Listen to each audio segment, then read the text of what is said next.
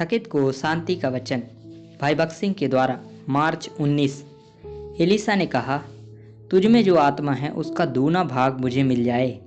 दूसरा राजा 2 अध्याय 9 पद। आइए देखें कि कैसे परमेश्वर ने एलिसा को अपना विश्वास योग्य सेवक बनने के लिए तैयार किया। पहले उसे एलिया के हाथों पर पानी डालना था। देखें दूसरा राजा 3 अध्याय 11 पद।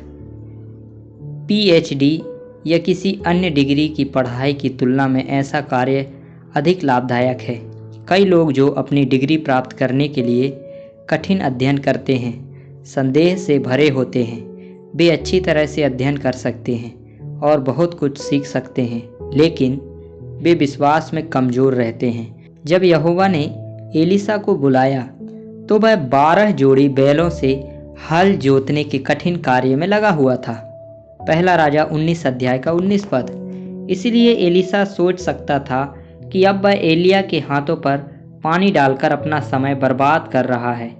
एलिसा को परमेश्वर द्वारा एक भारी काम दिया जाना था, क्योंकि देश में कई झूठे भविष्यवक्ता थे और परमेश्वर के हितों के अन्य कड़वे शत्रु इजेबेल झूठ बोल रही थी। भले ही बहुत जरूरत थी, फिर भी परमेश्वर ने एलिसा को कई साल बाद तक बुलावा नहीं दिया। एलिया की सेवा करके एलिसा को ईश्वरीय आदेश, अधीनता और विनम्रता सीखनी पड़ी। भविष्यवक्ताओं के अन्य पुत्र शिक्षा पाने आए और शास्त्रों के नए ज्ञान और समझ से संतुष्ट होकर चले गए, लेकिन एलिसा इससे संतुष्ट नहीं था। वह परमेश्वर का एक प्रभावी और फलदायी सेवक बनने की बड़ी लालसा के साथ एलिया की सेवा करता चला गया। अंत में दूसरा राजा 2 अध्याय 9 पद में पृथ्वी पर एलिया के जीवन के अंत के निकट एलिसा को एलिया से अनुग्रह मांगने का अवसर मिला।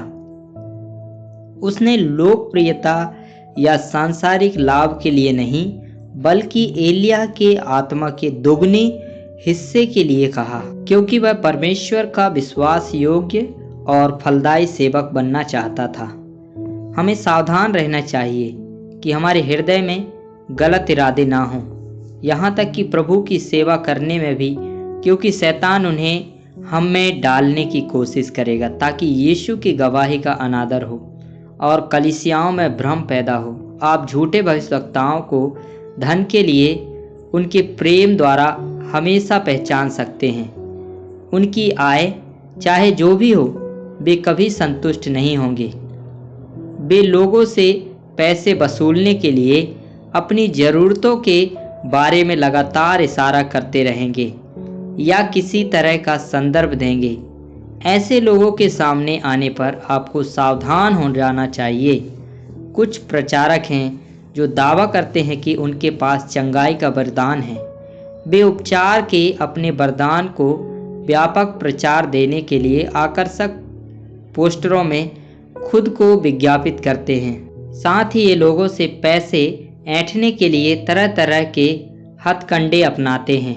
प्रभु ऐसे सभी व्यक्तियों से हमारी रक्षा करें।